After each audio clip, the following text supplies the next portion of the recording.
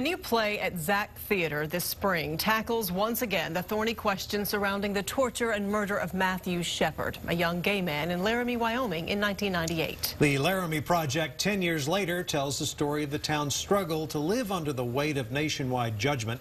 And tonight, KXAN's Jim Swift says the plight of Laramie is creating some empathy in the heart of an unlikely source.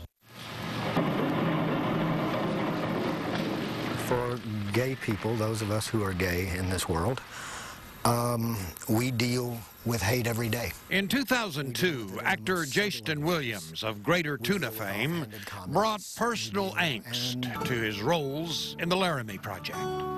Ironically, though, that play paved the way to wholeness for Williams. It was such an emotional experience and such a positive experience that I actually started thinking about adopting a child. Indeed, 7 years ago, Williams and his partner did adopt a 7-year-old boy with special needs from China. On September 12, 2008, the members of Tectonic Theater Project returned to Laramie, Wyoming, 10 years after the murder of Matthew Shepard, and conducted interviews with the people of the town. Wyoming, too, changed over the past decade. I urge you to vote against this bill. Moved by the murder of Matthew Shepard by an admittedly gay-hating thug, conservative Republican members of the Wyoming legislature helped kill that state's version of the Defense of Marriage Act. It was amazing to see. And in Laramie, some citizens continued to push for reflection and change in the aftermath of the murder.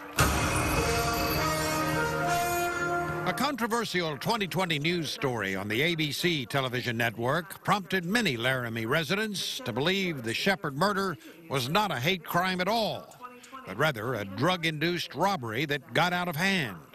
And Jason Williams has some empathy for those people. I mean, there was an incident outside of Austin last week that sounded a lot like a hate crime to me. Weir, Texas. Weir, Texas, yeah, and I've been in that bar and I've eaten there and I've had a good time there. An allegation that 3 lesbians were attacked after being thrown out of a rural tavern in Weir disturbs Williams, but he thinks it's unfair to blame the whole town. I am totally sympathetic to the people that were attacked, totally and completely.